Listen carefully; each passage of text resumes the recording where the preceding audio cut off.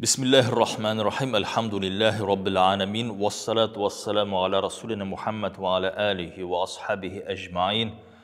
Qadrli mümin Müslümanlar, Allah'tan selamı, rahmeti ve bereketi her bizge erişsin. Allah subhanahu teala Ramazan ayın zorladı. Hem de anı Müslüman ümmeti zorluy. Biz ezirlenemiz Ramazan ayına taravihlar bilen, iftarlar bilen, Kur'an okuları bilen. Lakin de nişik Peygamber sallallahu aleyhi ve sellem özünün hadisinde ayta, indi kişilerin bir ihtibarı bulmaz şu Şaban ayına. Anar nişik de olsa bir gaflet bilen utkereler. Anın hürmetin körüp etire almaylar. O Şaban ayı. Şu vakitlarda gamellerimiz Allah Teala'ga köterile. Hem de min Allah karşında Gamellerim көтерілген вақытта оразалы боласым келеді деп қойған. Шул себептен Peygamber sallallahu aleyhi ve sellem Şaban ayının birinci yartısın orazada өткерген деп bizge hadislerde жеткізелер sahabeler. Biz her birimiz kütəbiz Ramazan ayından Kadir kişesin. Şu kişeni tutup, köprek dua kılıp, Allah'tan rahmetine erişirge. Lakin de baraat kişesi. Şul kişe koysa Ramazan'a hadlik bula. Şaban ayının ortası ol 15. Şaban deb etirge mümkün. O şul kişe koysa Kadir kişesinden derecesi bilen yirak gitmegen. Hem de Ramazan ayı aldığına ol kile hem de baraat kişesinin hürmetini bilip kim kübrek gamelde izgi işte duada bulsa Heşiksiz Allah subhanahu bir rahmetine erişirge hem de en mühimi mağfiratqa, barşa bulgan hatalarımızdan paklanlarga bir sebep bulup dura. Çünkü baraat degen sözde o barşa hatalardan, günahlardan şistarını degen bir kişi bulup dura. Ağır nigiz delil bulup dura hadis. Peygamber sallallahu aleyhi ve sellem'den Ayşe anamızdan hem de Muaz isimli sahabelerimizden Qaysında aytdilar istauzu billah yattalu rabbuna leyla Allah subhanahu teala bir kişilerden nisf min Şaban qayshan Şaban ayının ortası 15. Şaban bizge ayta hamda Allah subhanahu bir iğlanı etip birile fayaghfiru lil mustaghfirin ve yerham lil mustarhimin Allah subhanahu teala g'afu ita barşa hatalarını qaysıları tövbe ketirişlerge dey. Hem de rahimligin biri. Rahimligin biri. Yani rahimlik bit ol cennet. Allah'tan rahmeti bilen, rahimligi bilen biz cennetke erişebiz. Mustarhimin. Şul kişilerge qaysılar kişilerge qarata. Kişilik dünyasına qarata alar rahimli bulup duralar. İşlerinde katı tugul. Ul gafu ite bile. Ul kişire bile Allah.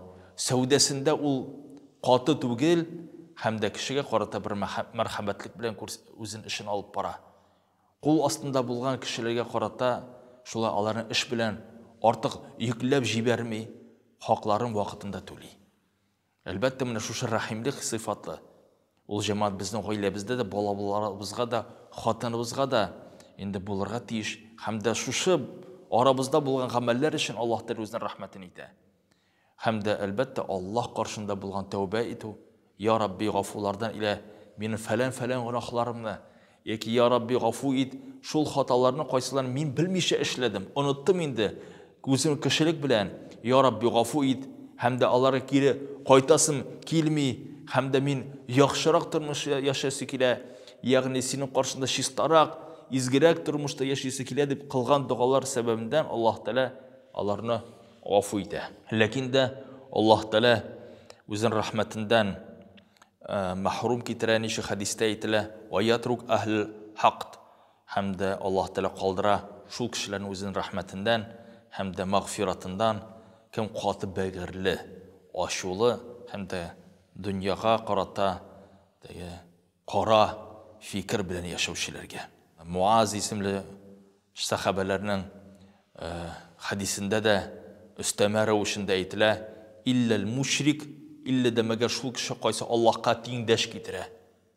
Allah subhanahu sıfatına, Allah subhanahu teala'nın haklığına ol kimge de bulsa ibadet kıla, яки кемдән дә булса Аллаһ Субхану Тәгаләдән башка алардан ризык өмет итә, сәламәтлек кемдән дә булса тели, алардан сәламәтлекне көтә, Аллаһ Тәгаләдән түгел, бәхетне тели һәм дә көтә, Аллаһ Тәгаләдән башка түгел, кемдән дә икенче бер заттан, иләһтән, путтан, урындан, таштан, Аллаһ сакласын, һәм дә алар Аллаһ Тәгаләнең рәхмәтеннән инде мәхрүм булачаклар дип әйтелә.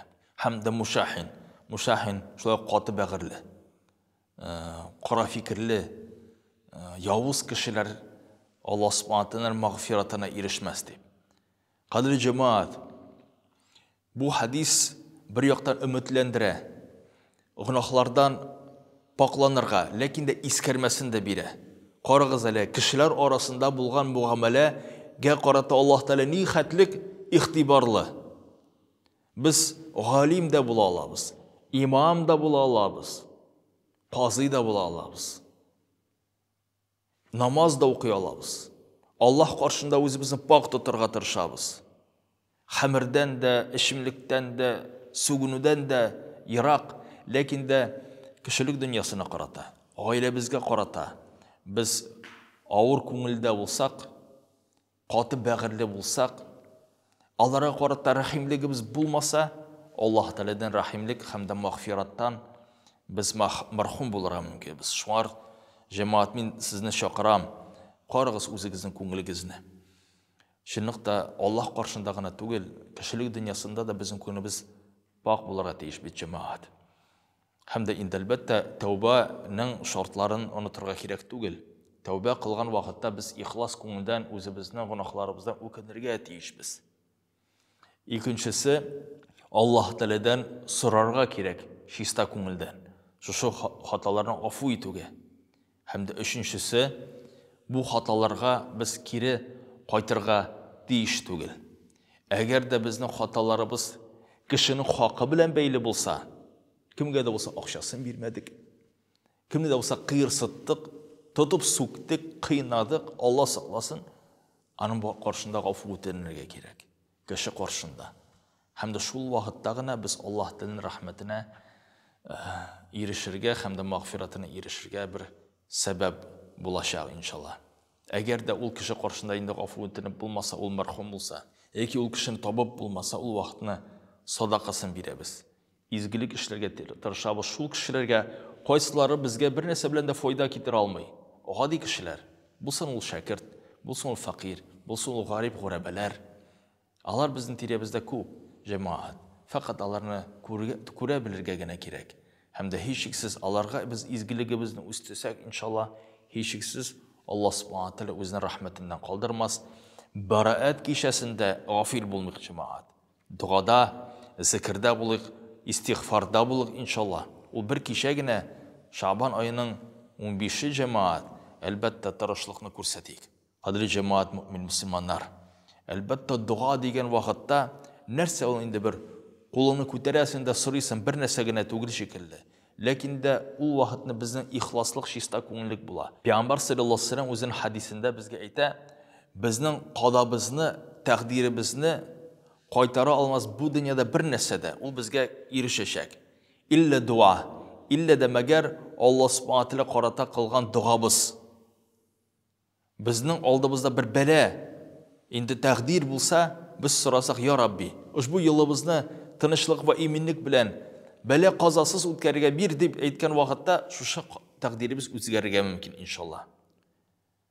Һәм дә Аллаһ Субхану Тәгаләнең пәйгамбәре безгә әйтә, "Ва ла язид фи умр", кешенең гомеренә бер нәрсә дә инде өстәмәс, бер нинди эштә, илля дәгә мәгәр бир изгелекти. Ягъни изгелек кылсак, безнең булган гомеребезнең киңәюенә, ягъни узынаюына бер сәбәп булырга мөмкин. Галимнәр әйтәләр, монда изгелек дигән вакытта һәм дә гомернең узынаю булган гомеребезнең файдасын күбрәк күрү.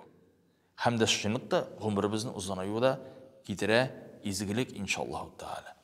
Әлбәттә, кадерле җәмәгать, мөэмин мөселманнар, тырышыйк шушы изге кичәләребездә дугада, зикрдә булырга, үзебезнең гамәлебезгә хисапта булырга, әгәр дә кемгә дә булса авырлык китерсә, гафу үтеник, һәм дә Аллаһ каршында чиста күңелдән тәүбә китерик.